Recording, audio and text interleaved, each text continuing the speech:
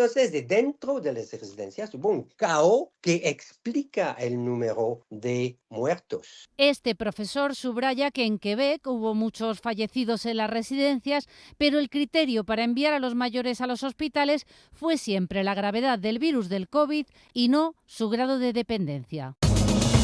Repasamos ahora otras noticias con Yanire Hernández. La rotura de una tubería este lunes en la calle Fuencarral de la capital hizo que más de medio millar de viviendas y locales estuvieran 6 horas sin agua. Técnicos del canal de Isabel II lograron restablecer sobre las 4 de la tarde el suministro de esta calle debido a la rotura de una tubería a la altura 17. La avería fue a las 9:30 de la mañana por culpa de unos operarios de la empresa contratada por Iberdrola que realizaban unos trabajos de cableado que provocó un geyser que se elevó hasta un cuarto piso. Esta incidencia ha afectado a 450 propiedades en las que sus afectados han recibido garrafas y agua potable en la interrupción del servicio. Y a esta hora del día le ponemos música. ¿Qué música le ponemos hoy, Yanire? Escuchamos a Ters. He cruzado mil laberintos para llegar hasta aquí y ahora que estoy en tu puerta no me quieres abrir. He saltado 600 vallas. Esta artista emergente que se está haciendo un gran hueco dentro de la música del momento será uno de los protagonistas que pondrá ambiente y animación a las fiestas de San Sebastián de los Reyes. Será mañana a las 11:30 de la noche en la Plaza de la Constitución. ¿Para qué me das calor si después me matas de frío?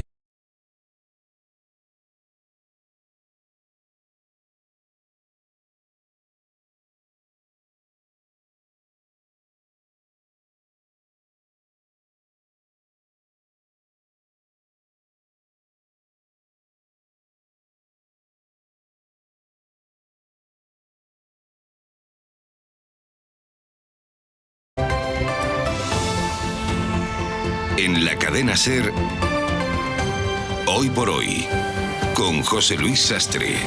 Son las 8:30 de la mañana, las 7:30 en Canarias.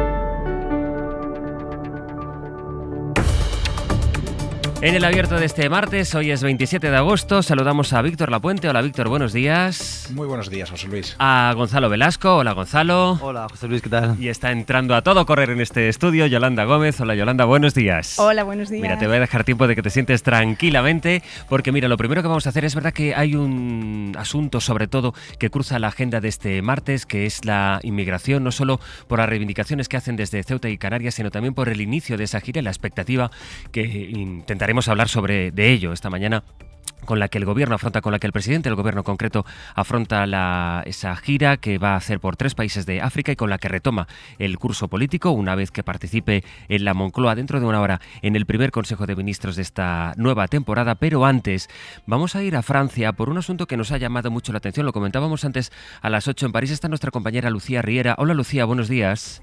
Hola, Sastre, buenos días. Contamos aquí, de hecho hubo una gran expectación, muchísima atención de toda Europa para saber qué ocurría en las legislativas francesas ante la posibilidad que pronosticaban la gran mayoría de las encuestas de que ganara la extrema derecha. Eso, sin embargo, no fue así. La victoria fue para un Frente Popular de izquierdas y ahora corresponde la tarea de designar un nuevo gobierno. Y lo que ocurre, Lucía, es que Macron no designa a una primera ministra de izquierdas. Exacto, sí. La izquierda pues ha visto como un grave ataque a la democracia esta decisión de Macron de descartar su propuesta, que es la de un gobierno en minoría, llegando a acuerdos puntuales con otras fuerzas políticas y dirigido por Lucy Casté, que es su candidata de consenso. Macron, como decíamos, ha cerrado la puerta a esta posibilidad. Lo hizo ayer al terminar su ronda de consultas con los partidos. Unas reuniones que parecen haber sido una pantomima, porque en realidad el presidente nunca tuvo la intención de aceptar la propuesta del nuevo Frente Popular. Esta alianza, que la forman socialistas, ecologistas, comunistas y la Francia insumisa, fue, como decías, la fuerza más votada en las elecciones que terminaron el 7 de julio, pero ninguno de los 3 bloques que salieron de las urnas obtuvo una mayoría clara para gobernar, y para Macron, según dice, pues es primordial lograr un ejecutivo de consenso que no vaya a ser tumbado en una moción de censura, y eso es precisamente lo que ocurriría con un gobierno del nuevo Frente Popular. Sería vetado, por supuesto, por la ultraderecha de Marine Le Pen y Bardella, pero también por el centro macronista. El primer ministro en funciones, Gabriel Attal, dio un mensaje a su grupo rechazando la propuesta de un gobierno de la izquierda, incluso aunque este no incluyera miembros de la Francia insumisa, que era en principio el escollo que les planteaba. Por eso el líder de los insumisos, Jean-Luc Mélenchon, lanzó un órdago, ofreció un gobierno de Casté sin presencia de la Francia insumisa, pero esto tampoco ha sido suficiente, y es que al campo macronista lo que le parece peligroso es el programa del nuevo Frente Popular. Un programa que, entre otras cosas, pues promete derogar la medida estrella de Macron, la reforma de las pensiones aprobada por decreto, que recordaréis que desató grandes movilizaciones el año pasado. La izquierda entonces está indignada, quiere boicotear estas nuevas consultas y han llamado a la movilización popular, avisando también de que van a censurar cualquier extensión del macronismo. Hace un rato ha estado Lucie Casté en France Inter, ha dicho ahí que está preocupada, que está enfadada, y ha criticado que el presidente de la República quiere ser presidente, primer ministro y jefe del partido al mismo tiempo y componer el gobierno de sus sueños. La Francia insumisa va un poco más allá. Ha vuelto a evocar la moción de destitución con la que ya había amenazado hace unos días al presidente por negar el resultado electoral. Y Macron, mientras tanto, pues lo que hará es iniciar hoy mismo una ronda de consultas, ahora sí la de verdad, y en el comunicado del Elíseo se adivinan un poco sus intenciones. Convoca solo a partidos y personalidades con experiencia en el servicio al Estado. Esto entonces deja fuera a la Francia insumisa o a la ultraderecha, o sea que básicamente ya solo va a discutir la formación de gobierno con el centro y con la derecha, porque los ve más capaces de alcanzar alianzas, porque, como decimos, pues la mayoría absoluta no la tiene nadie. Y sin que se puedan repetir las elecciones antes de un año de las anteriores, el escenario que deja Macron entonces es el del bloqueo institucional, y lo que ocurre es que alargar este bloqueo tiene un alto coste, además del deterioro institucional, por supuesto, que es el económico. El país cuenta con apenas unas semanas para elaborar los presupuestos de 2025 y además el nuevo gobierno que tome las riendas debe presentar a Bruselas en menos de un mes un plan para corregir su déficit público, que al cierre de 2023 casi duplicaba el límite que marcan las normas europeas. O sea que el país puede entrar en una especie de parálisis o de bloqueo político, como tú misma dices, porque no hay tiempo, no hay límites en los que Macron pueda acabar esta nueva ronda de consultas, a la que la izquierda no es que no vaya a participar, es que tampoco va a ser llamada por Macron, y por tanto no sabemos cuánto puede durar esto, Lucía. Eso es, una vuelta al cole, digamos, excepcional, con un gobierno en funciones que va para largo. Pues Lucía, iremos hablando a lo largo de estos días según vayan llegando novedades de París. Un abrazo.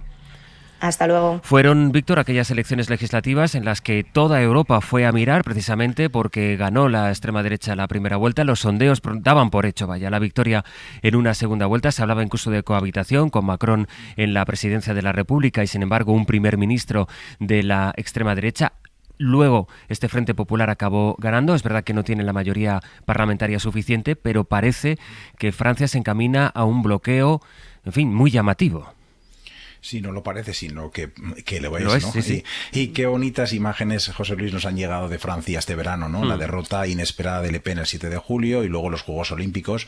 Pero acabada esta tregua olímpica, volvemos a la cruda realidad de la parálisis estructural de la política francesa. La paradoja que yo creo que pues a muchos expertos les preocupa es que, por una parte, tenemos el Parlamento en Francia más votado de la historia en lo que llevamos de siglo, ¿no? Con más del 60% de participación. No se alcanzaba estas cifras concretamente el 67% desde los años 90. Es decir, tenemos una ciudadanía francesa que no está desencantada con la política como hace 10 años, cuando apenas un 40%, 4 de cada 10 franceses participaban en las elecciones. Es decir, la población vuelve a estar metida en la política, vuelve a estar interesada, pero corre el riesgo de decepcionarse con la clase política, porque esa mayor participación pues no se corresponde con una mayor colaboración entre las fuerzas políticas, sino exactamente lo contrario, más incapacidad para llegar a acuerdos. Está claro que el Frente Popular es de todo menos un frente de políticas ni de políticos, no tiene propuestas consensuadas, ni tan siquiera candidatos. Les ha costado mucho, pero bueno, al final más o menos se han ido poniendo de acuerdo en algunas cuestiones, y ahora la cuestión en este veto de Macron es que yo me pregunto, es una pregunta abierta, es que no sé si ha vetado Macron a esta candidata a primer ministra, o ha sido la Unión Europea, o han sido incluso los mercados financieros, ¿no? Porque en boca al menos de alguna agencia de calificación como Moody's, pues han ido advirtiendo desde que pasaron las elecciones, pues que habría unas consecuencias muy negativas de revertir algunas de las reformas estructurales que puso Macron, ¿no? Como la reforma de las pensiones y candidata a primera ministra, quería devolver la edad de jubilación a los 62 años, ¿no? Amén de otras propuestas en la reforma de la izquierda, como recortar la jornada laboral. En todo caso, por ser optimistas, es verdad que no hay cultura política de pacto en Francia, pero de todo se aprende, ¿no? Nunca un presidente en Francia se ha encontrado con una oposición que tenga que no tenga una mayoría sólida en el Parlamento y que se vea obligado a elegir el candidato que ellos le presentan, con lo cual, pues bueno, yo creo que igual pueden aprender un poquito de esta situación de bloqueo. Yolanda. Sí, la verdad es que, bueno, visto desde aquí nos quejamos nosotros de la situación que tenemos en España, no de la falta de esas mayorías, pero miras al país vecino, dices, ¡puf! ¿Cómo están estos señores? Es verdad que aquí sería incomprensible, porque dice, claro, o sea, el jefe de la República que vete que vete el posible nombramiento o constitución de un gobierno, o sea, en España no tendríamos algo parecido, ¿no? Porque el rey sería impensable, ¿no? Algunos lo piden, que hiciera por eso. Bueno, lo pediría, pero en España no sería asumible, ¿no? Entonces aquí te quedas como en shock. Dices, bueno, si estos señores quieren formar un gobierno, que lo formen, pero es verdad que yo tampoco tengo claro que eso solucione la parálisis política que pueda producirse, porque al final luego no tendría las mayorías necesarias para gobernar, a no ser que, como dice Víctor, pues consigan al final, hacer de la necesidad virtud y conseguir esos pactos. Y luego la verdad es que Francia tiene una situación, sobre todo económica, muy complicada, ¿no? Pues es uno de los países con más déficit y con más deuda de la Unión Europea y necesita corregir esas cifras. Y es cierto que las políticas que propone el Frente Popular van precisamente en el sentido contrario, ¿no? Volver a una jubilación muy temprana en un momento como el actual, con la esperanza de vida que tenemos, los españoles, pero los franceses también. No se puede uno jubilar a los 60 años, a ver quién paga todo esto. Esto es complicado. Es verdad que en Europa y en los mercados eso preocupa, pero eso es la democracia. O sea, la democracia al final tú votas y votas unas propuestas. La contestada reforma de Macron de las pensiones, contestada en la calle, como ahora recordaba Lucía, elevó la edad de jubilación de los 62 a los 64 años. Gonzalo. Sí, bueno, una de las cosas que llaman la atención de manera recurrente cuando atendemos a la política francesa es su déficit democrático en comparación a regímenes parlamentarios como el nuestro, porque, fijaos, una de las maneras de plantear la cuestión y de pensar qué podría hacer el presidente de la República Francesa en estos momentos es imaginarse qué habría pasado en un régimen como el nuestro, en el que el Parlamento elige al primer ministro, ¿no? Entonces lo que habría pasado esencialmente es que habría habido una transacción negociada entre las fuerzas concurrentes, ¿no? Las fuerzas representadas, que podría haber resultado en los dos escenarios que se están planteando. Desde luego uno podría haber sido una coalición de partidos políticos, lo cual hubiese conducido a políticas moderadas, que es lo que pretende en principio Macron, a políticas centradas desde el punto de vista de los contenidos ideológicos, y en segundo lugar a un gobierno de la fuerza mayoritaria, que además está respaldada, como señalaba Víctor, por un apoyo sociológico grande, porque ha habido un incremento del voto muy significativo, y esto está más o menos comprobado, con renuncias, sobre todo de personas y quizás de políticas, que resultarán excluyentes. ¿Qué es lo que está proponiendo el partido de Mélenchon y el Frente Popular en estos momentos? Es decir, no está imponiendo un gobierno totalmente de un único color, está proponiendo un gobierno sin ministros del partido que genera más alergias en los demás, en los partidos moderados y de la derecha, con una candidata a primera ministra que viene de la sociedad civil y que no tiene un perfil totalmente ideológico claro. De tal manera que me parece que está negando una de las posibilidades negociadas que está ofreciendo el Frente Popular, y en ese sentido me parece que está actuando como juez y parte. No le corresponde a él determinar cuál es la única vía para lograr estabilidad. ¿Que un gobierno de la izquierda sería inestable? Desde luego, pero esta manera de renunciar a sus políticos más conflictivos, quizás algunas políticas también, es una de las maneras de conseguir estabilidad. No le corresponde a un presidente decir, no, esta manera de conseguir estabilidad no, mejor la otra. Y desde luego no le corresponde ser juez y parte en el sentido de decir, bueno, no os voy a dar el gobierno porque es que yo luego os votaría una moción de censura. Casi está actuando con una forma de amenaza. A mí me parece que el legado de Macron, que generó mucho entusiasmo en Europa por su capacidad discursiva, su manejo de los símbolos republicanos y europeos, pues generó bastante entusiasmo, pero finalmente su legado, en fin, va a dejar mucho que desear desde el punto de vista histórico. Es verdad, decía ahora Víctor, que han pasado los fastos de los juegos y está quedando, por tanto, al descubierto la realidad más prosaica, que es esto. Es decir, se votó en unas elecciones que efectivamente generaron un interés y un nivel de participación inédito en Francia. La traducción de eso, de momento, es el bloqueo. Víctor, ¿qué querías decir algo? Sí, completamente de acuerdo con lo que dices. La situación actual desnuda los problemas que tiene Francia, que van más allá de Macron. Coincido con lo que dice Gonzalo, no va a dejar un buen legado, pero es que el legado del sistema político francés no es muy bueno. El problema de Francia ahora no solo es que no tenga antecedentes en la historia reciente sobre cómo gobernar en coalición, es que no existen referentes fuera.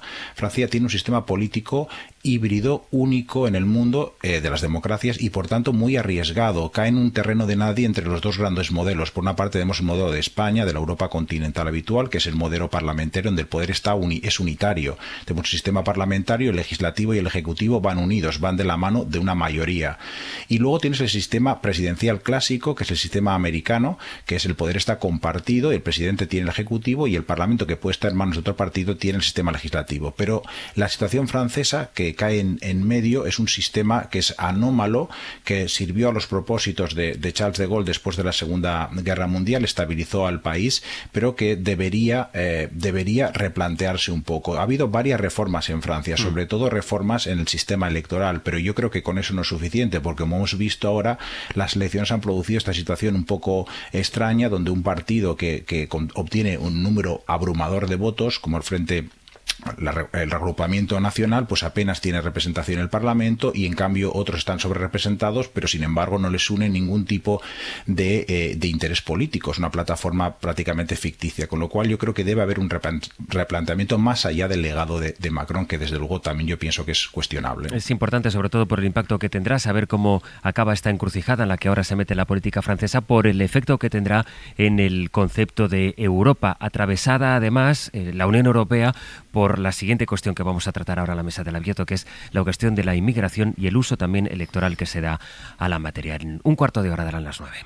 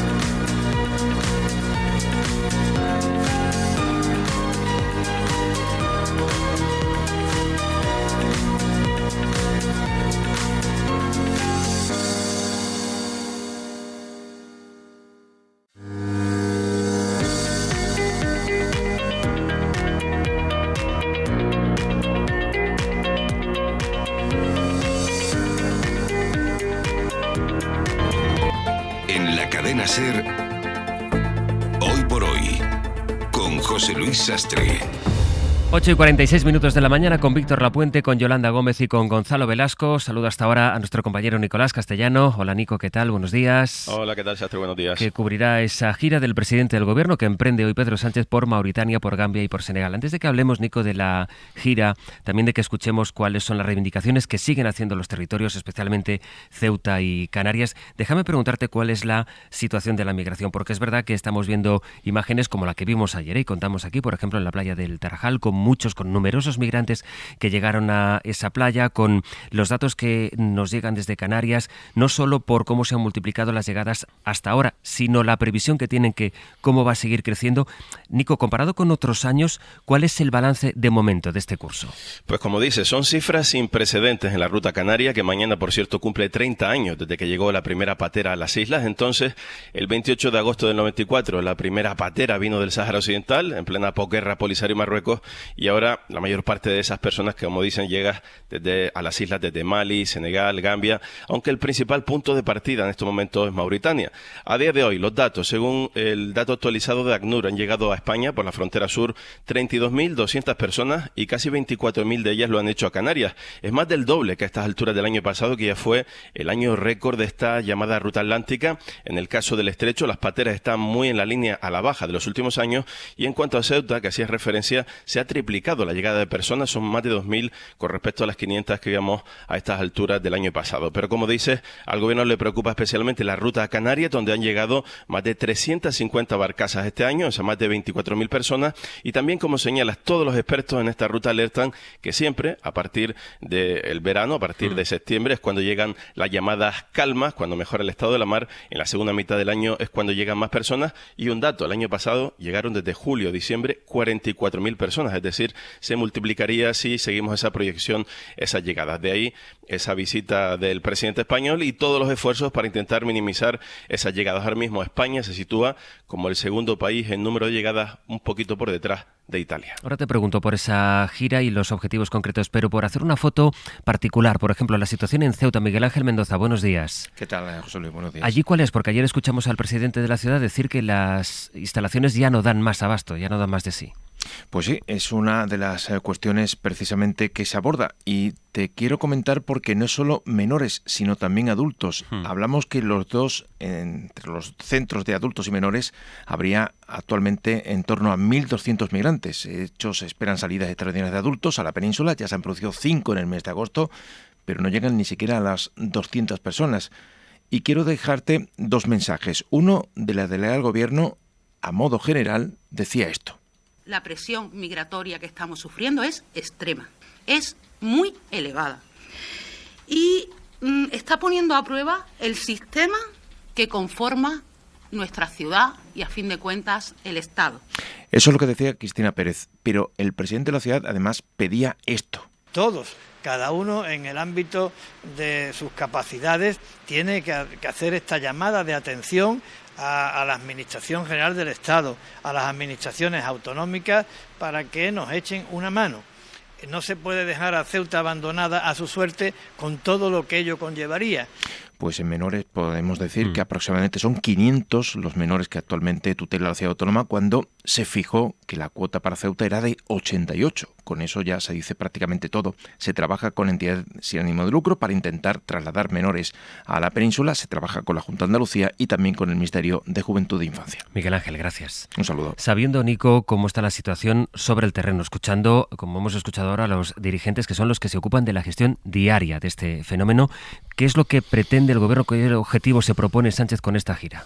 Pues se trata de una visión multidimensional, dicen en Moncloa, porque no solo van a apostar por la tradicional cooperación policial, digamos, intentar controlar las salidas, el aumento de la vigilancia, tanto en las costas de Mauritania, Senegal como Gambia, sino también llevan una agenda económica empresarial. De hecho, va a haber varios actos con empresarios, y también se incorpora a la gira el ministro de Economía español y la ministra de Inclusión y Seguridad Social, porque van a proponer planes de economía circular, de migración circular, intentar que algunos senegaleses, que ya de hecho ya funciona este plan con Senegal, se aplique esta misma fórmula a Mauritania y Gambia, que algunos de esos jóvenes vengan a trabajar temporalmente a España y regresen, así para también alimentar, dicen, las economías locales. La agenda del presidente incluye la firma de convenios bilaterales con cada uno de los presidentes de estos países. Será la primera vez que sea una visita bilateral oficial a Gambia, la que haga un presidente español, y también será la primera vez que Pedro Sánchez visite oficialmente de manera bilateral Mauritania, a pesar de que estuvo hace 6 meses con von der Leyen. Recordarás, Sastre, que anunció de hecho una importante partida presupuestaria, 500 millones de euros para Mauritania,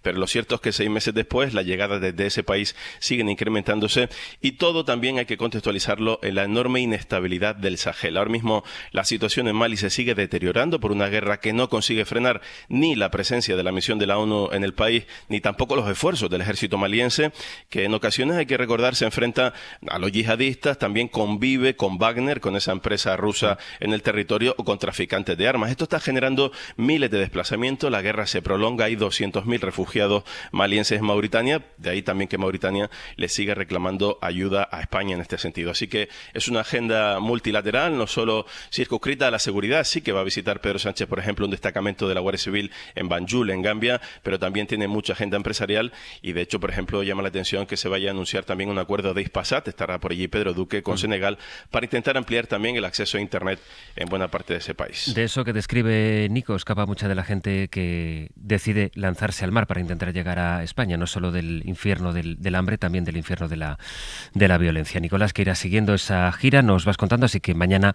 volvemos a hablar contigo para ver qué resultados da este viaje del presidente del Gobierno y de miembros del Gobierno, como nos describías. Nico, gracias. Hasta luego. Que entra también, por tanto, en la dimensión política. David Junquera, buenos días. Hola, buenos días. De esto se habló ayer en Génova, en la reunión en que tuvo la dirección para sentar las bases, las coordenadas del nuevo curso, en los que hablaron también de la inmigración, y una de las cosas que dijo Borja Sémper es que el Gobierno se olvide de la posibilidad de un pacto migratorio, despejó esa posibilidad y luego trató de centrar un poco el mensaje del partido después de las idas y vueltas en torno al tuit de García Albiol.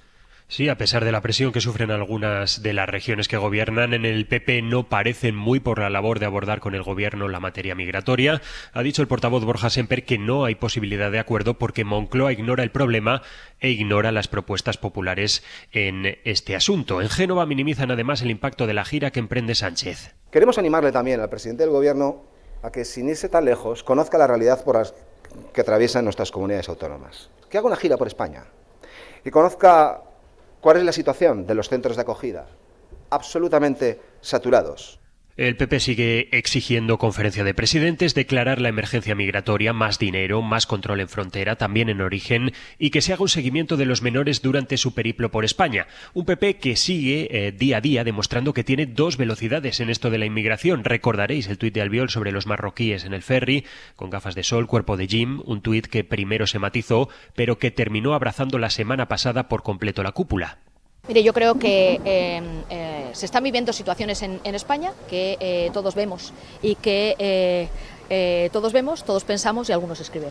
Es la misma posición que ayer efectivamente explicó y dejó bien zanjada la señora Cuca Gamarra, por supuesto. Eran cortes de Gamarra y de Sémper del jueves y del viernes pasado. Parecía que el tema quedaba zanjado esa semana pasada con las voces de Gamarra y de Sémper, pero en las últimas horas hemos escuchado a la portavoz del Gobierno andaluz decir que el alcalde de Badalona no escribió su tuit más brillante. Pienso que no estuvo muy afortunado, aunque la realidad es que él tiene un conocimiento de la situación porque está muy pegado al problema.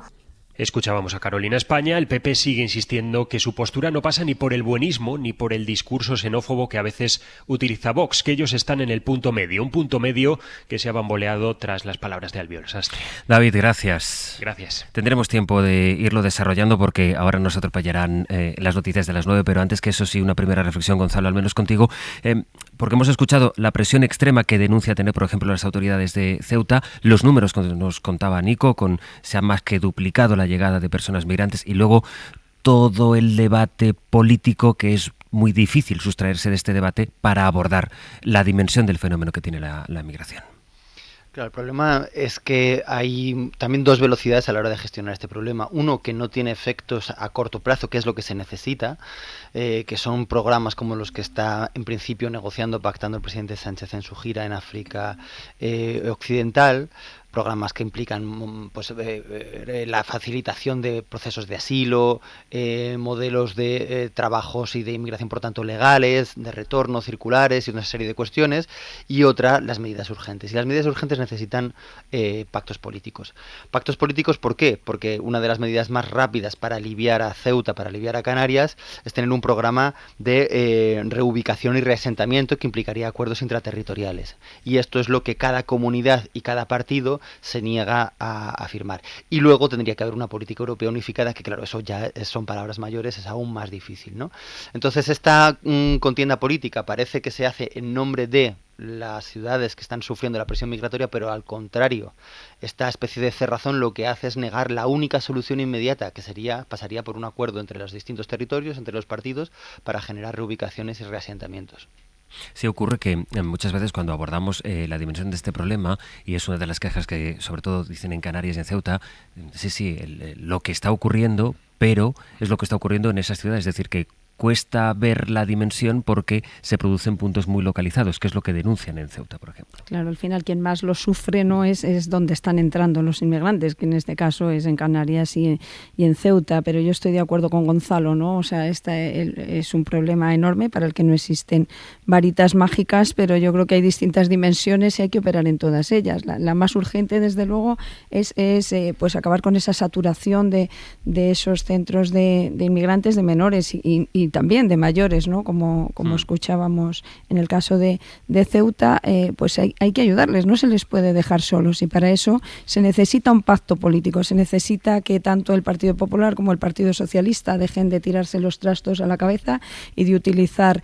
este tema en el que estamos jugando al final con la vida de seres humanos, pues dejar de tirarse los trastos a la cabeza y ponerse de acuerdo, porque unos gobiernan en muchas comunidades autónomas y otros en el gobierno. Pero ya dijo ayer Borja Semper que eso no es posible. Bueno, pues tendrán que hacerlo, porque no puedes tener saturado de manera permanente. Tanto Canarias, van a seguir viniendo inmigrantes, y eso requiere una solución urgente. Y luego está la solución a medio y largo plazo. A mí me parece bien que el presidente del gobierno vaya a los países de origen, y yo creo que ahí es donde hay que actuar para evitar, aunque no tenga consecuencias inmediatas, porque lo hemos visto con la última visita, ¿no?, del señor Sánchez y de la señora von der Leyen hace 6 meses, que todavía no estamos viendo los resultados, pero yo creo que actuar en origen es importante, ¿no? Sigo a la vuelta, Víctor, también retomo contigo la tertulia, el análisis. En minuto y medio darán las 9.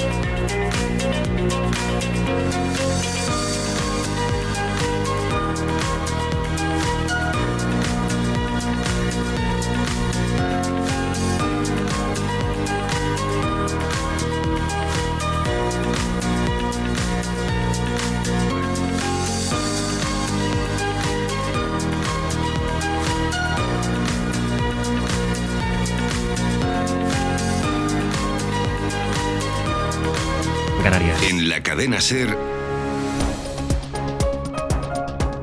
Hoy por Hoy, con José Luis Sastre. Son ya 4 las víctimas mortales después de la nueva oleada de bombardeo ruso sobre Ucrania, un día después de que la lluvia de misiles y drones de ayer golpeara las infraestructuras energéticas en 15 regiones del país, Bayo. Las defensas aéreas ucranianas aseguran haber derribado esta madrugada todos los drones y misiles disparados contra Kiev. Sin embargo, al menos 2 objetivos han sido alcanzados por Rusia en otras localidades, las de Zaporilla y la de Kryvyi Rog, la localidad natal de Volodymyr Zelensky, Mario Yun. Precisamente, la localidad donde nació el presidente de Ucrania, un misil ha destrozado un hotel el Hotel Aurora, uno de los más importantes de la ciudad. El ataque ha dejado 2 muertos y 5 heridos, además de numerosos daños materiales en la zona del impacto. También otros 2 muertos y 4 heridos en la ciudad de Zaporilla. Todo ello en una noche donde las autoridades locales ucranianas han informado del derribo de unos 15 drones y de varios misiles rusos en torno a la ciudad de Kiev.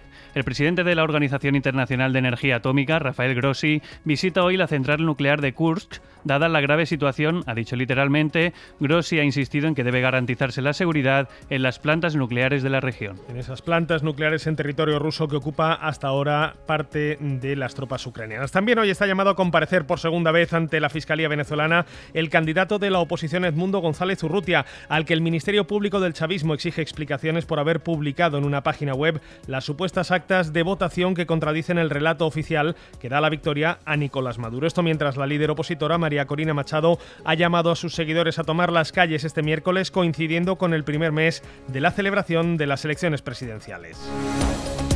En Sevilla, el Ayuntamiento de Coria del Río exige la creación de una mesa de trabajo permanente para tratar de controlar la expansión del virus del Nilo Occidental, que ya ha causado 5 muertes en la región este verano. Sevilla, Natalia Perales, buenos días. Buenos días. Es el llamamiento del Ayuntamiento de Coria del Río después de notificarse 2 nuevas muertes en esta localidad sevillana, un hombre de 71 años y otro de en torno a 76. Se eleva a 5 la cifra en lo que llevamos de verano en Andalucía, todas ellas en la provincia de Sevilla. Por eso pide la creación de esta mesa de trabajo impulsada por el Gobierno central para el control del virus del Nilo, en la que debería de participar también la Junta, diputaciones y municipios afectados. El objetivo, generar un plan de acción integral contra esta enfermedad. Según el último parte de la Consejería de Salud, hay 10 nuevos infectados por la picadura de este mosquito, todos de la provincia de Sevilla, aunque el virus circula también en localidades de las provincias de Cádiz, Córdoba y Jaén. Del mundo de la cultura, noticia de última hora. Oasis confirma que volverán a girar por Reino Unido e Irlanda en el año 2025. Los conciertos marcarán 16 años desde que la pareja formada por los hermanos Liam y Noel Gallagher se separaron tras la reerupción entre bastiones en un festival en París de sus disputas. Y de los deportes, Sampe, el posible debut de Dani Olmo en Vallecas es el principal reclamo del partido de esta noche. El Rayo Vallecano-Barça, que se disputa desde las 9:30. En Vallecas el mediapunta puede ser inscrito por la baja de 4 meses del danés Christensen. No va a estar todavía el último fichaje de los vallecanos, el colombiano James Rodríguez, que no disputa un partido oficial desde el pasado 14 de julio. Antes se juega desde las 7 de la tarde en Mallorca-Sevilla y podrán seguir ambos partidos en Carrusel Deportivo precisamente desde las 7 de la tarde. Son encuentros de la tercera jornada en Primera División, una jornada que se estrenaba anoche con el Villarreal 4, Celta 3. Y del US Open de tenis hoy juegan 5 españoles en el cuadro femenino: Cristina Buxa, Jessica Bouzas y Sara Sorribes. En el masculino, Jaume Munar y cierra jornada Carlos Alcaraz.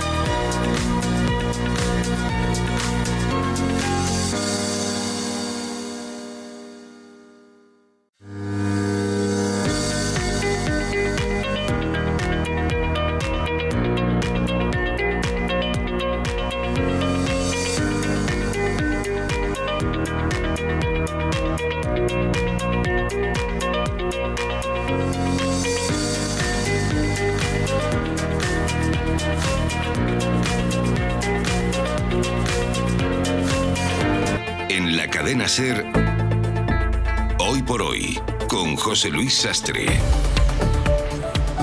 Y con Yolanda Gómez, con Gonzalo Velasco y con Víctor Lapuente, a quien voy a dar la palabra para retomar el análisis de la inmigración. En el mapa que estábamos definiendo, Víctor, antes de irnos a las noticias, tenemos los datos que nos contaba antes Nicolás Castellano. Se ha doblado el número de personas migrantes que han llegado a Canarias en lo que va de año. El intento de encontrar soluciones, o bien yendo sobre el terreno, que es lo que va a hacer hoy Pedro Sánchez, de los países de origen, o bien con políticas de control, en fin, con medidas que a la vista no funcionan, por lo menos en vista de cómo están los centros en Ceuta, por lo que denuncian también en Canarias, con un debate político con dos partidos que son incapaces de ponerse de acuerdo y además la ultraderecha que intenta aprovechar la situación.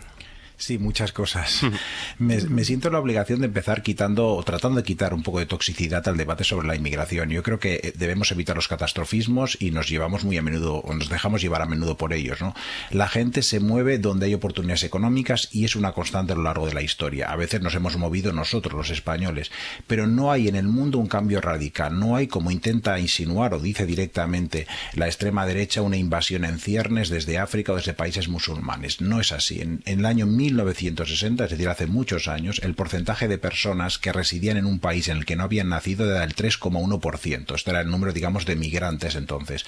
Ahora, 60 años después, es del 3,6%. Eso no quiere decir un aumento astronómico, sino un pequeño aumento en porcentaje. Y la mayoría de los desplazados forzosos, de los refugiados por cuestiones de guerra, etcétera, la inmensa mayoría, el 90%, se quedan en los países, en países emergentes, y no apenas un 10% llega a los países ricos. Por tanto, es verdad que tenemos un problema en España puntual, estos más de 30.000 migrantes que han llegado de manera ilegal. Vamos a superar los 40.000 del año 2023, pero es verdad que si tomamos la Unión Europea en su conjunto, ha habido otras rutas, no la canaria, pero la ruta del Mediterráneo Occidental, por ejemplo, la que va de Túnez o Libia a Italia, donde ha caído la llegada de inmigrantes irregulares de 110.000 en los primeros meses del año pasado a los meses equivalentes de este año a 40.000. Es decir, desde el punto de vista global no es una situación peor, pero es verdad, obviamente tenemos un problema en España y eso nos debe preocupar. Es un problema, no es un drama. El drama son los alrededor de 5.000 personas que han perdido la vida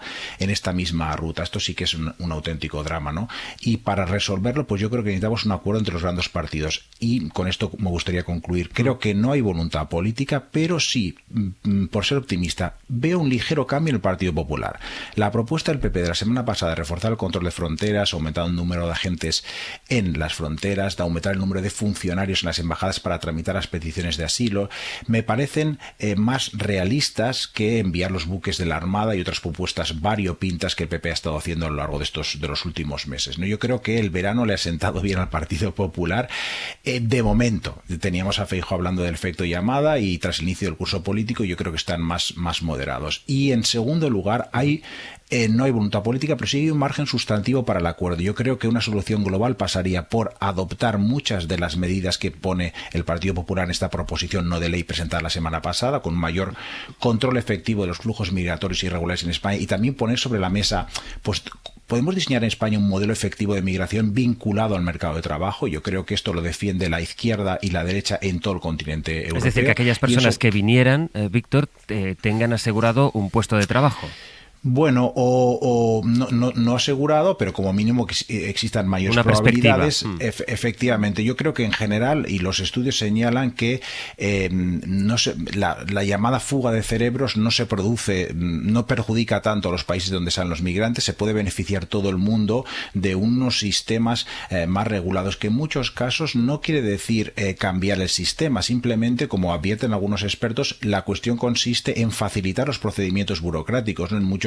En muchos casos planes muy buenos de inmigración se ven torpedeados porque simplemente la burocracia no es capaz de procesarlo, y ese es un punto que subrayaba el Partido Popular, ¿no? Hay problemas con la administración española para gestionar esto. Y en segundo lugar, yo creo que el Partido Socialista, como contrapartida a acordar esto con el Partido Popular, puede poner sobre la mesa la reforma de la ley de extranjería para el reparto de migrantes y mucho más, ¿no? Yo creo que ahí tenemos una solución global, y luego podemos hablar de la acción diplomática, dar dinero a los países de orígenes, etcétera, pero esto ya se escapa del alcance solo de los grandes partidos españoles, ¿no? Por añadir un elemento más, porque esta mañana en Las Claves, al comentar la inmigración, Gonzalo hablaba de estos asuntos, de la gira de Sánchez, de la situación de la que hablan en Ceuta y en Canarias, pero añadía también lo que ha ocurrido en Alemania. En Berlín está la corresponsal de la SER, Carmen Viñas. Hola, Carmen, buenos días. Hola, buenos días. Dentro de unos días hay elecciones en Turingia y en Sajonia. Y la extrema derecha no solo va a encabezar las encuestas, sino que ha mejorado sus perspectivas electorales después del terrible atentado de hace unos días en una ciudad en la que, como saben, en un festival de música, un joven de origen sirio de 26 años que dice que comparte ideología con el Estado Islámico, que fue el que reivindicó los ataques, matara a 3 personas e hiriera a otras 8. Y ayer fue muy llamativo, lo contabas esta mañana, Carmen, en tu crónica, ver enfadado a Olaf Scholz anunciando medidas que endurecen la política de asilo y que hablan también de deportaciones de aquellas personas que estén en el país en situación irregular. Sí, bueno, ese atentado, que es de motivación islamista y cometido por un refugiado, lo que ha hecho es reforzar el temor de muchos votantes sobre el peligro de una mayor inmigración descontrolada. Y a la vista de algunos fracasos patentes de los gobiernos federales pasados y presentes en cuestiones vinculadas con el asilo, con la inmigración, la integración, bueno, pues digamos que son más receptivos a apostar por estos discursos de derecha radical. Como decías, el domingo se celebran elecciones en Sajonia y en Turingia. Según las encuestas, Alternativa para Alemania, que es el partido ultra, podría convertirse en la fuerza más fuerte en ambos países, y el atentado de Solingen hace que la campaña esté tomando un nuevo rumbo. Podría obtener mejores resultados incluso de lo que ya está previsto, y estamos hablando del 30% antes del ataque. Desde el primer momento, como ha hecho en otros casos, está usando el atentado para sembrar el odio y para vincular delincuencia con inmigración.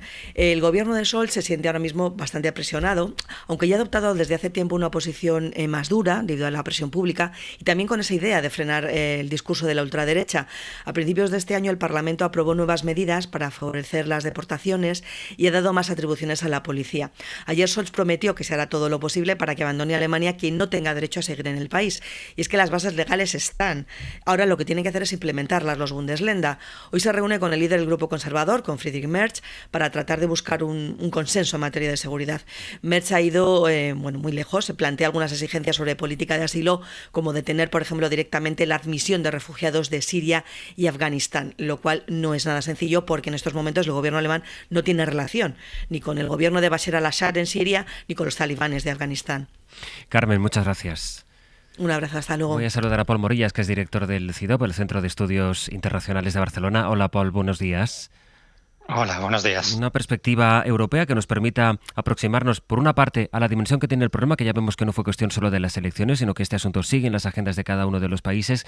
Y luego, Paul, si es posible que los grandes partidos, es decir, los socialdemócratas y la democracia cristiana del continente, lleguen a acuerdos, en el caso de España lo estábamos abordando ahora, ante un fenómeno del que es evidente, país a país, la extrema derecha, con mayor o menor resultado en las urnas, sigue aprovechando para crecer en las encuestas.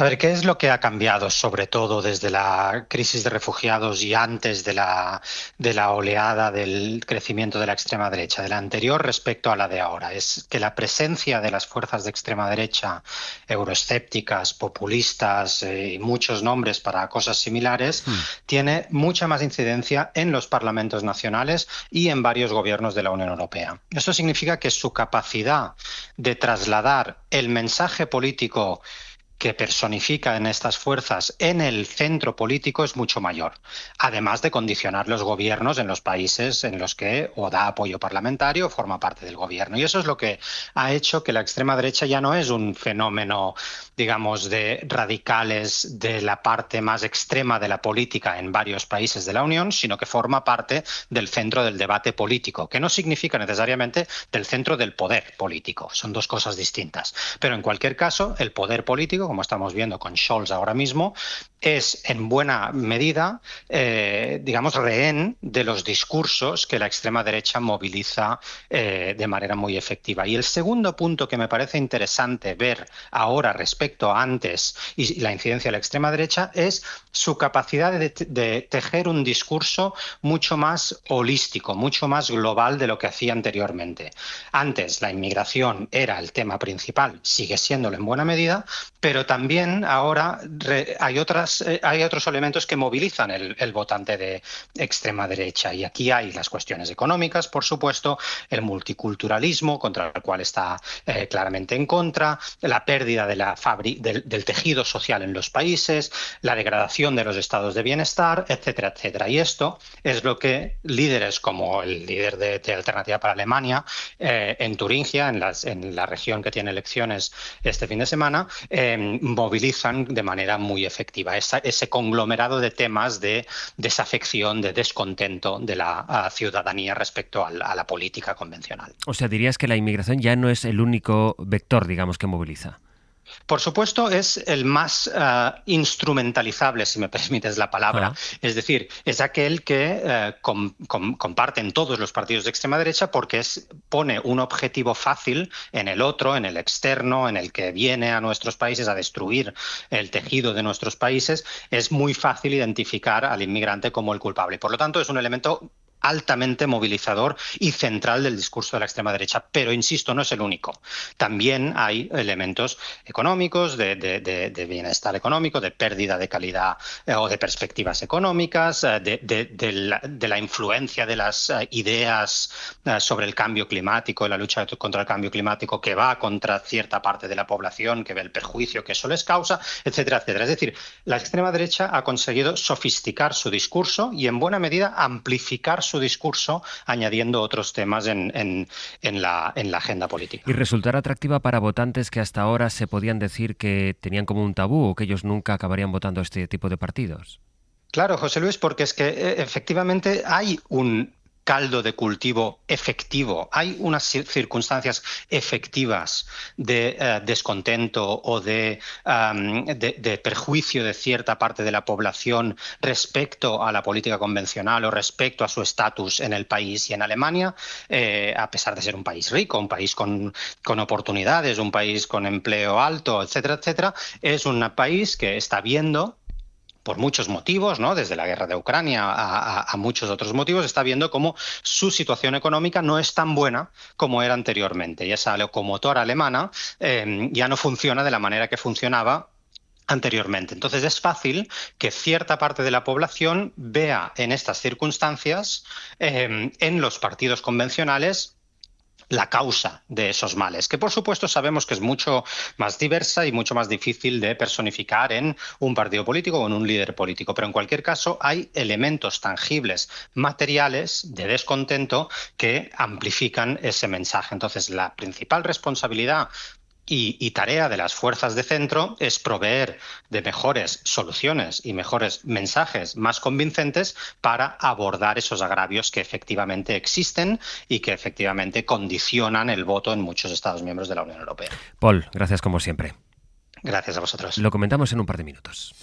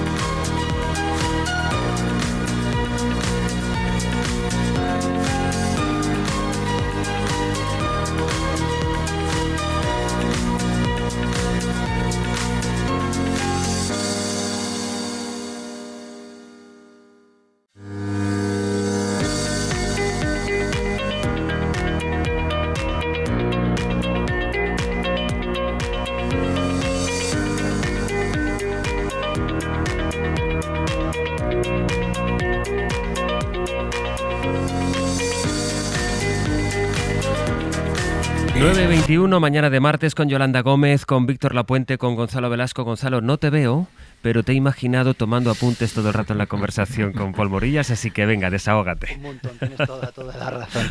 Bueno, estoy de acuerdo con Víctor en que hay que, digamos, desbaratar los discursos con los que a veces se enmarca la cuestión migratoria de la política, ¿no? La migración es un fenómeno, pero no es un problema en sí mismo, igual que la sanidad puede derivar en problemas, pero no es un problema, ¿no? Desde luego no es una cuestión de que nos estén forzando a un multiculturalismo, como al parecer es el discurso pues del líder del partido de extrema derecha en Turingia, que parece que va a ganar las elecciones, ni es una cuestión de inmigrantes de lujo, ni tampoco esa hospitalidad sin coste es una cuestión que podamos aceptar así tal cual, ¿no? Es una cuestión mucho más compleja. Entonces, ¿qué ocurre en Alemania? Bueno, que en Alemania hay muchas solicitudes de refugio por parte de Siria y de Afganistán. En Siria y Afganistán, claro, son países donde es legítimo que haya tantas solicitudes. ¿Por qué? Porque son regímenes totalitarios brutales y por lo tanto es un deber responder a esas solicitudes, pero también son fuentes de radicalización islamista. ¿Qué es más rentable entonces? ¿Garantizar o asegurar o promover las deportaciones o negar los asilos, o localizar las fuentes de radicalización islamista y hacer seguimientos personalizados, invertir en esto? Bueno, pues yo diría que lo segundo. Lo que pasa es que el canciller Scholz aquí cede a un discurso maximalista e ineficiente, yo me quiero fijar en esto, ineficiente, que es el que promueve la extrema derecha. Y esto me parece importante. ¿Por qué? Porque hay un riesgo de que se propague la idea de que los discursos duros, las políticas duras de extrema derecha son más eficientes. Y vuelvo ahora al caso español. ¿Qué está pasando con Mauritania? Bueno, pues que Mauritania está recibiendo, según dicen los corresponsales, a 200.000 refugiados de Mali, donde hay una guerra terrible, ¿no? ¿Cómo migraban a Europa los malienses? Pues lo hacían a través de la ruta atlántica, que es la de Mauritania a España, o a través del Mediterráneo, desde Libia y Túnez a Italia. ¿Y qué ha ocurrido? Pues que la Italia de Meloni ha firmado pactos con Túnez y Líbano, que son estados brutales, donde hay una represión policial, parece ser, durísima, incluso esclavismo en el caso de Libia, y por tanto los malienses dicen que ya no van por allí, sino que van por Mauritania hacia España, ¿no? Entonces, ¿qué pasa? Que la mano dura y la represión y la violación de los derechos humanos es la única manera de retener el problema. Pues creo que no debería ser así. Por lo tanto, tenemos que hacer mucho más complejo el debate. Entonces, tenemos que distinguir primero entre migración económica y solicitudes de refugio y de asilo por causas justificadas. Tenemos que distinguir entre migración que llega a los países europeos, en este caso España, como destino o como tránsito, y gestionar y garantizar políticas y medidas distintas para cada uno de estos casos sin caer en esos maximalismos discursivos que no llevan a nada, ¿no? Y por tanto es un problema muy difícil. Sé que esto no hace ganar elecciones, o que es más difícil ganar elecciones con un discurso complejo, pero es hacia lo que tenemos que ir con responsabilidad entre todos y es hacia lo que tenemos que presionar, ¿no? Yolanda. Sí, bueno, yo creo que al final es cierto que las políticas maximalistas, ¿no?, de la extrema derecha, pues al final no sé si van calando en el conjunto de la sociedad y en el conjunto de la política, pero lo que sí es cierto es que están condicionando de alguna manera o están impregnando también las políticas pues de los partidos de derechas y de izquierdas más o menos centristas, como puede ser en el caso de Alemania, sobre todo si tienes unas elecciones a la vuelta de la esquina. Dices, esto es malo, pues probablemente sea malo, pero también es una forma de frenar posiciones más maximalistas en los extremos, ¿no?, cuando tienes pues esas elecciones a la vuelta de la esquina, ¿no? Con lo cual, lo que yo quiero decir es que yo entiendo al señor Scholz, que dice, bueno, tienes aquí unas elecciones, si yo no hago nada, si no respondo de ninguna manera, pues lo que voy a conseguir es que puedan tener todavía más votos, como están viendo en las encuestas, pues los partidos más a la extrema derecha, y luego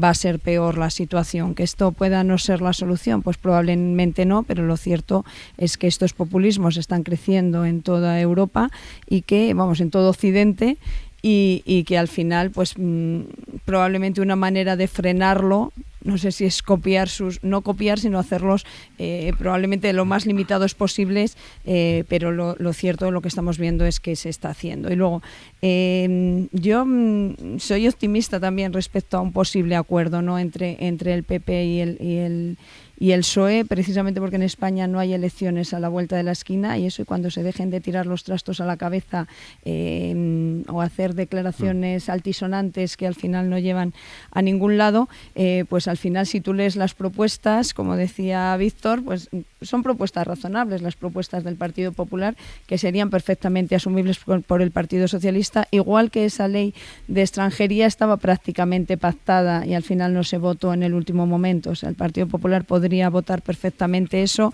Lo que pedía era un poco más de dinero, un poco más fondos para que cuando lleguen esos migrantes a las comunidades autónomas pues pueda hacérseles mejor seguimiento. Pues yo creo que no es tan difícil llegar a un acuerdo en todo eso, ¿no?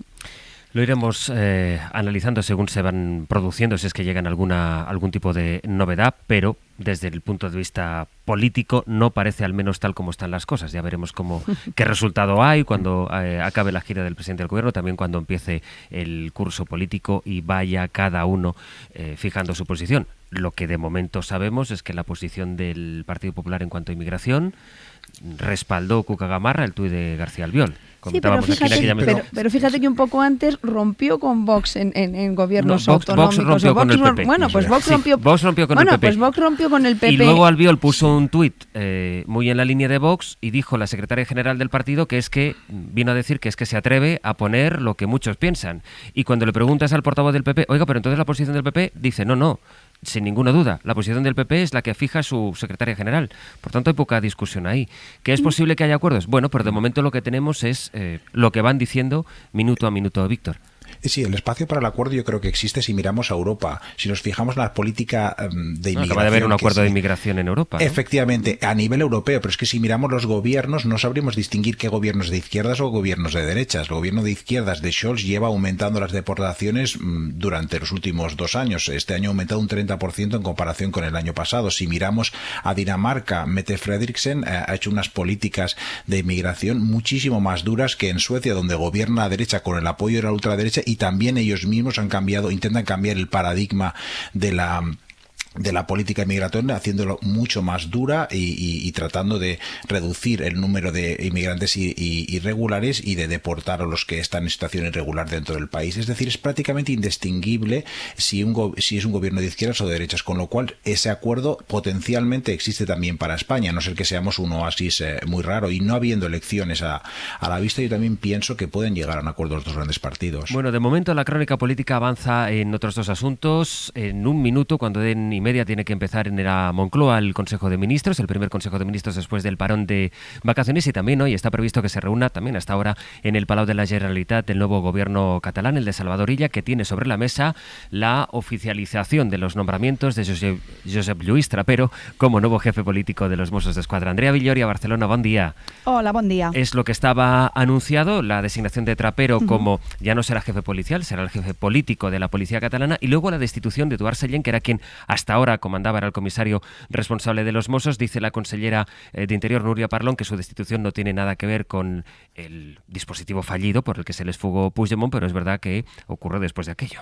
Sí, exacto. El cese del jefe de los Mossos fue, de hecho, la mayor sorpresa ayer. No lo fue tanto el nombramiento de Trapero, que ya se había anunciado en campaña por Salvador Illa. Com que vull professionalitzar la gestió a Catalunya, el director general de la policía, si soc president, será el major Josep Lluís Trapero. Ayer Parlon oficializaba ese nombramiento, que se materializará esta mañana en esa reunión del Govern. A partir de entonces, Trapero deberá entregar el arma, la placa y colgar el uniforme que vistió ayer por última vez, para vestir ya de traje de político, será el número 3 de Interior, y dedicarse, según la consellera Núria Parlon, reduir la curva de delictes en aquells a reducir la curva de delincuencia e inseguridad que lleva años en ascenso. A nadie se le escapa que también participará en la reestructuración de los Mossos. De hecho, ya ha sido una elección suya el cese inmediato de Eduard Sellén, del comisario jefe hasta ahora, con quien se han ido turnando en la jefatura en los últimos años y con quien mantiene además una conocida enemistad.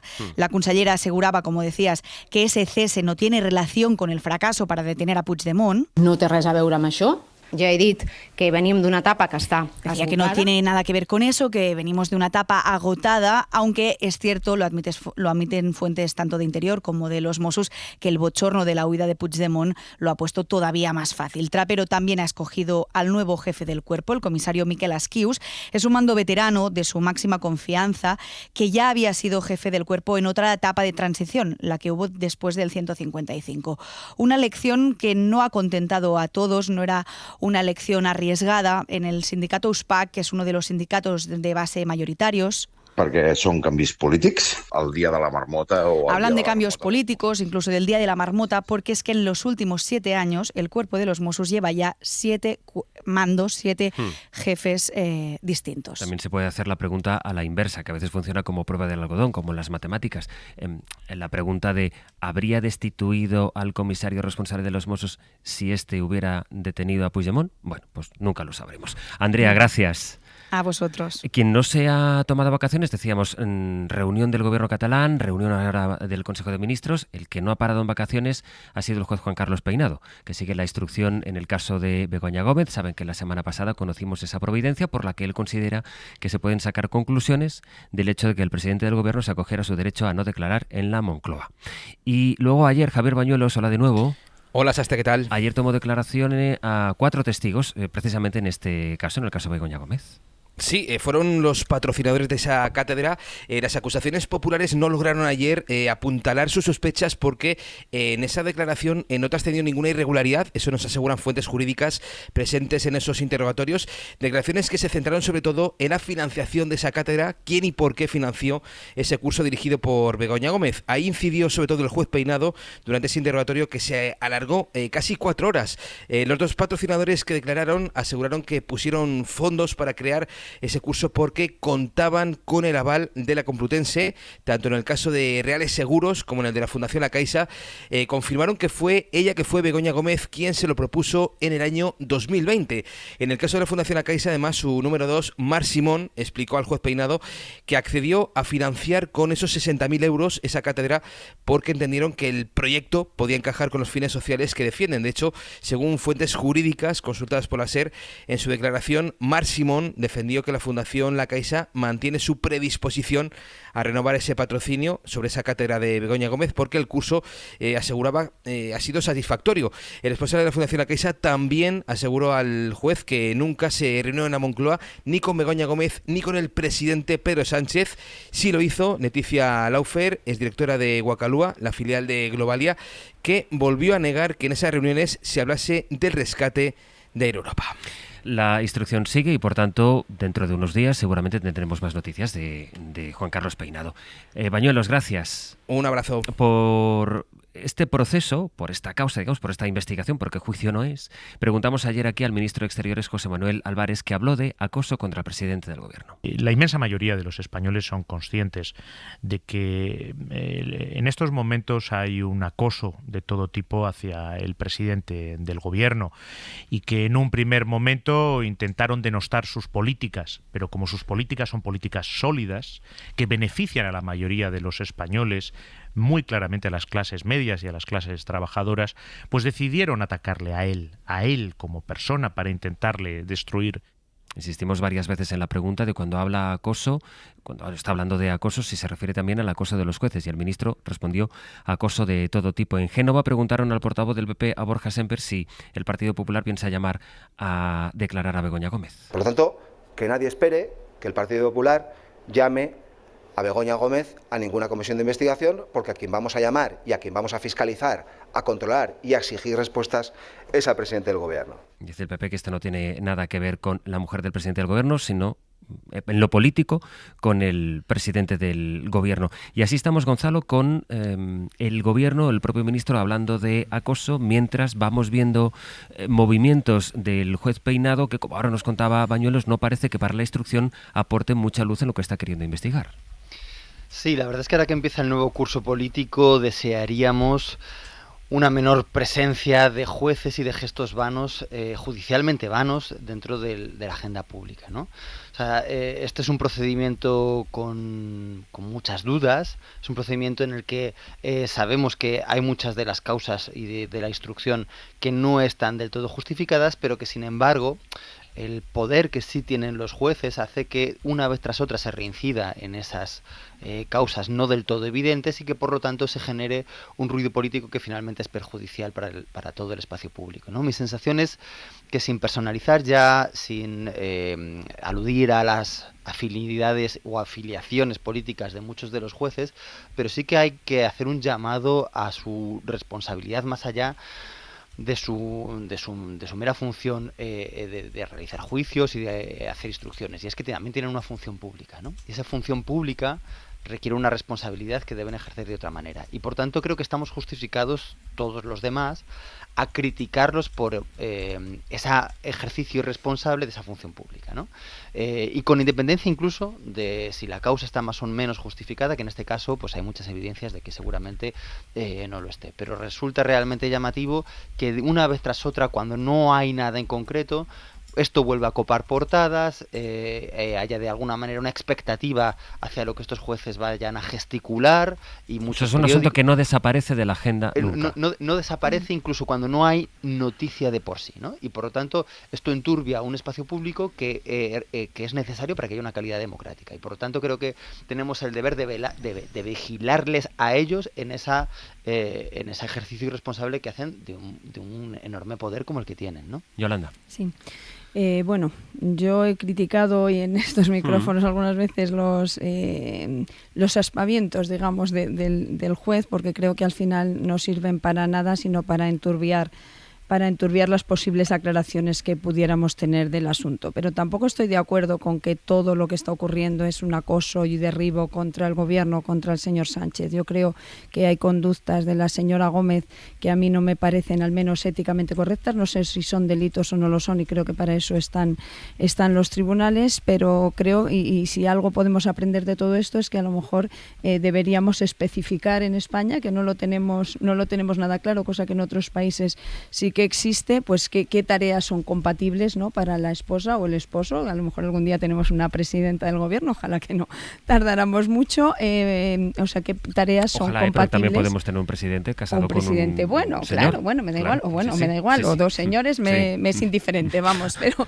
el consorte, quiero decir, el consorte del presidente, que habría que definir bien las tareas que son o no son compatibles con esto, para evitar dudas que pudieran ocurrir. Yo recuerdo hace no mucho, en a veces hicimos una entrevista a la mujer, a Miriam González, creo que es la mujer de Nick Clegg, que fue vicepresidente del gobierno británico, y ella nos decía: lo primero que hice cuando mi marido ocupó este puesto fue decir, oye, ¿qué puedo o qué no puedo hacer para evitar este tipo de suspicacias? Y nos ahorraríamos muchos de estos problemas, ¿no?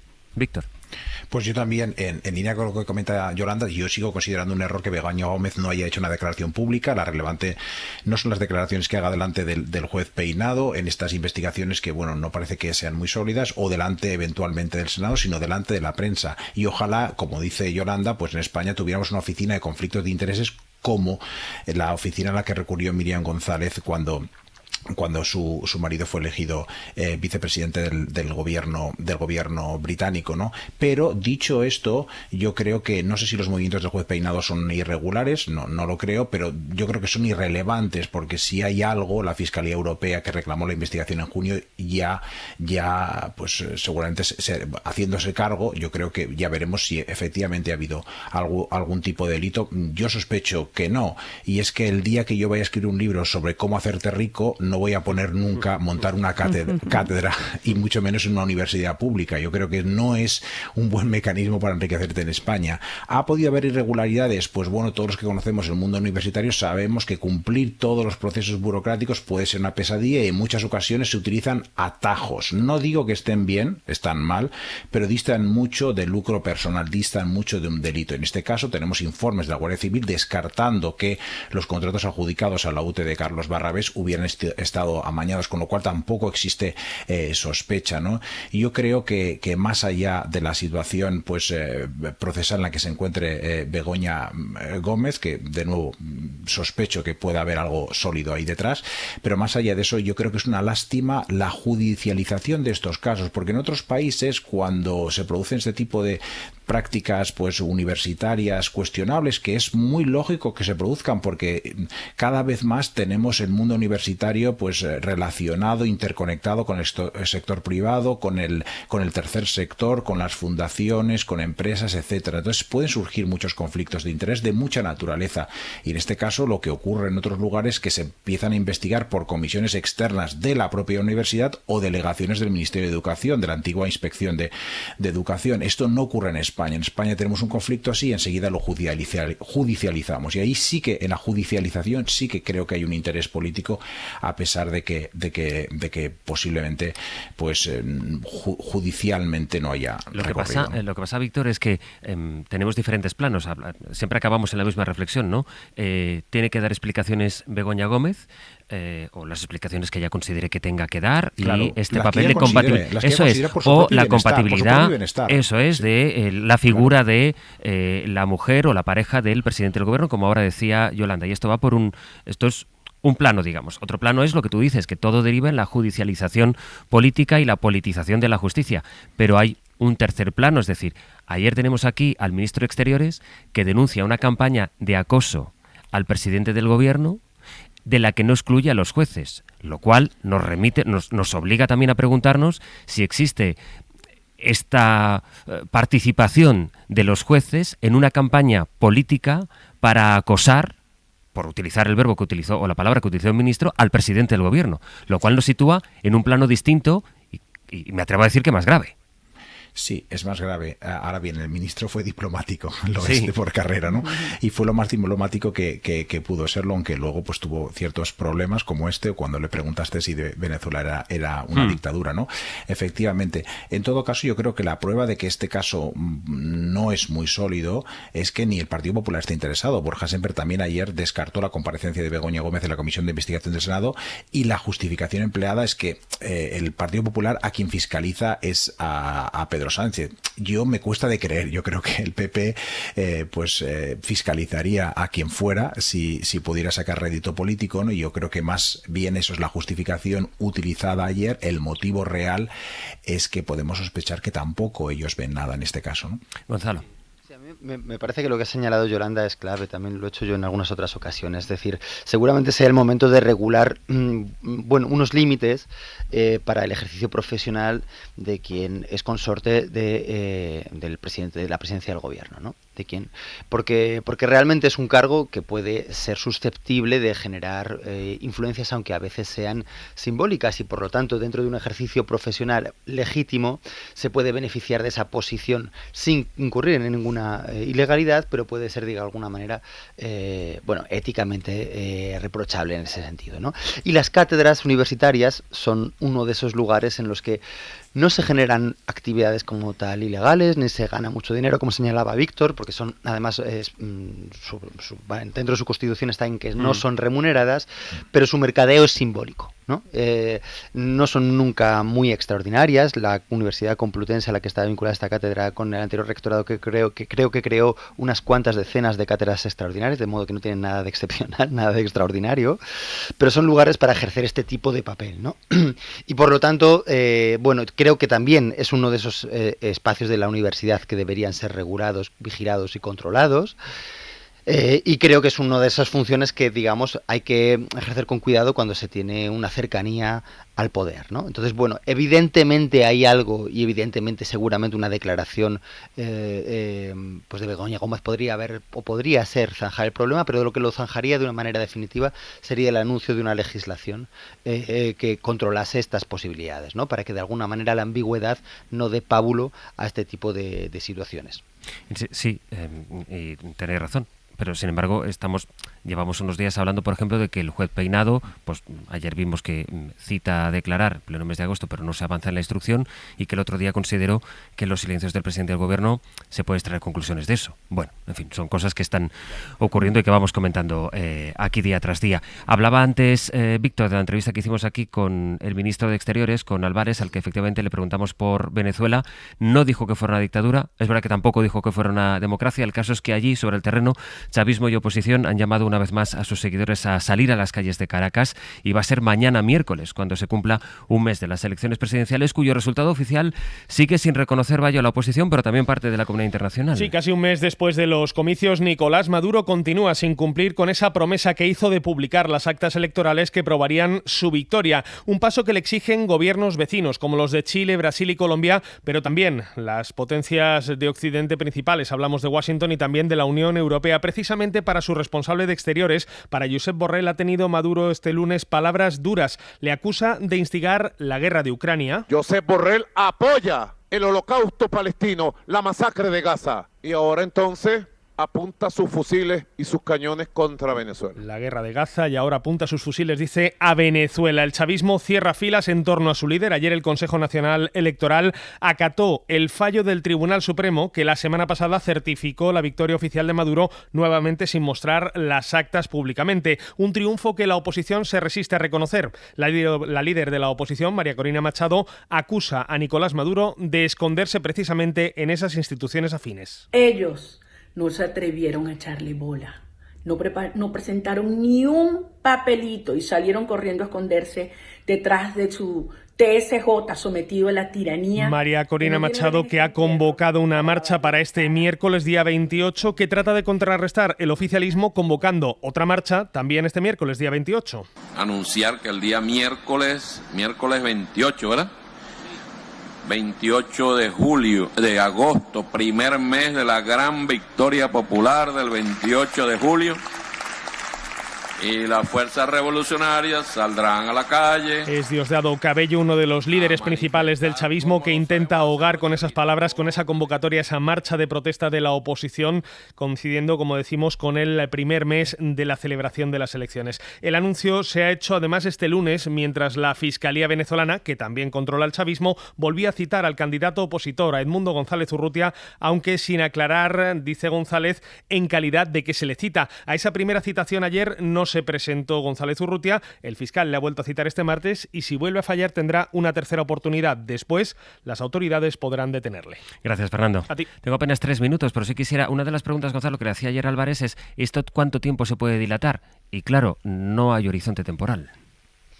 No, y además el chavismo ha jugado siempre con esto, ¿no? Con una especie de echar el balón hacia adelante hasta que la propia oposición se cansa, pierde los apoyos que puede haber internacionales, mediáticos, y la cuestión sigue exactamente igual, como venimos viendo desde hace muchos años. Es verdad que hay una pequeña brecha, y es que la izquierda latinoamericana ya, digamos, no puede soportar ningún tipo de aquiescencia con el régimen de Maduro o con la ambigüedad en la presentación de resultados electorales. Están haciendo exigencias legítimas sin caer tampoco en discursos, digamos, frentistas, demonizadores. Sencillamente están exigiendo un rigor democrático que es, porque la democracia es una exigencia básica también de toda la izquierda, y por lo tanto me parece que por ahí se puede atisbar un inicio de cambio, pero el inmovilismo, el atrincheramiento de Venezuela, sobre todo además en una coyuntura internacional en la que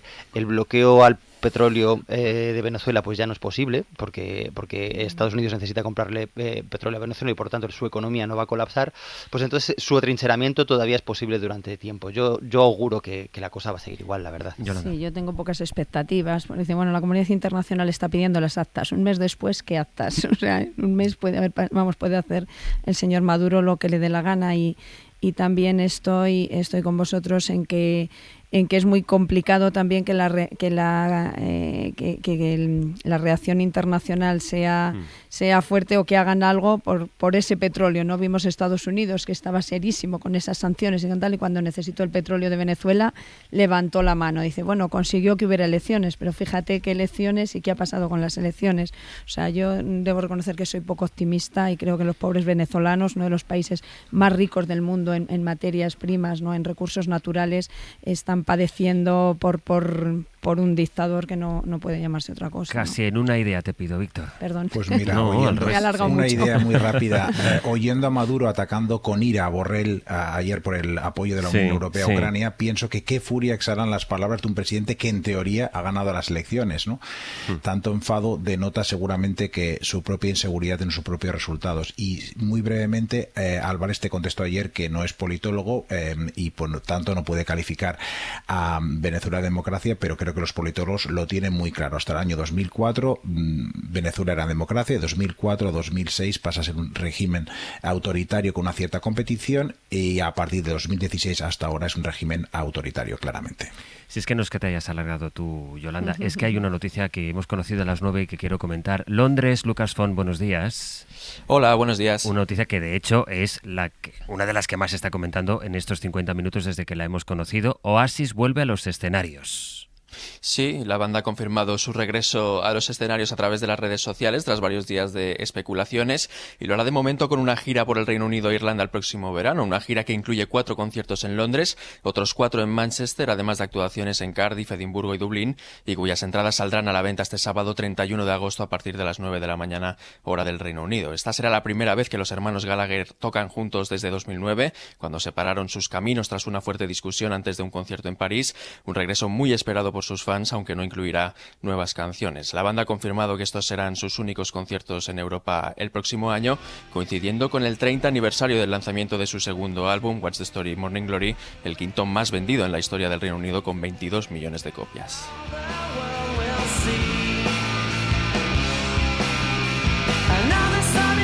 Hay que decir, Lucas, que habían ido cebando que algo iban a anunciar hasta que al final, después de captar toda la atención de todo el mundo, han hecho este anuncio. No hay canciones nuevas por lo que dices, pero eso no va a quitar que esté abriendo ya, la BBC está abriendo ahora mismo con este asunto, vaya. Sí, muchísima expectación por este regreso, ¿no?, de los hermanos Gallagher a los escenarios después de muchos años en los que estuvieron enfrentados y lanzándose mensajes muy despectivos, ¿no?, el uno al otro. Así que muchas ganas aquí en el Reino Unido de que vuelvan a los escenarios con esta gira de 14 conciertos a partir de julio del próximo año. Lucas, gracias. A vosotros, hasta luego. ¿Sí sois muy de Oasis? ¿Erais muy de Oasis o no? Pues no mucho, pero vamos, entiendo que ante esta noticia... Hombre, claro. Vamos, hayamos tenido que acortar nuestros comentarios de temas tan aburridos. Sí, me gustaban y no quiero hacer ninguna crítica general, pero deberíamos cuestionarnos el tipo de música que se hace hoy en día cuando la vuelta de las viejas bandas sigue llenando tanto. No vayas, no me abras un melón cuando tengo que irme a publicidad, pero ¿qué tiene que ver? ¿Por qué no se puede convivir? Hay que hacer una reivindicación. ¿Por qué no se puede reivindicar que se hace buena música y se hacía antes buena música? Y antes, a ver, mejor. Que no toda la música que se... No, ¿cómo que mejor? No toda la música que se hacía antes era igual de buena. Gonzalo, sácame de aquí. Creo que hay hasta estudios científicos que dicen que era más variada antes que ahora, bueno, pero no eso quiero puede entrar ser, en eso ya. Puede ser. Yo me siento un poco viejuno cuando mi hijo me pide los 40 y digo, esto no está bien. Es que sois viejunos, desde luego. En 6 minutos, las 10 de la mañana.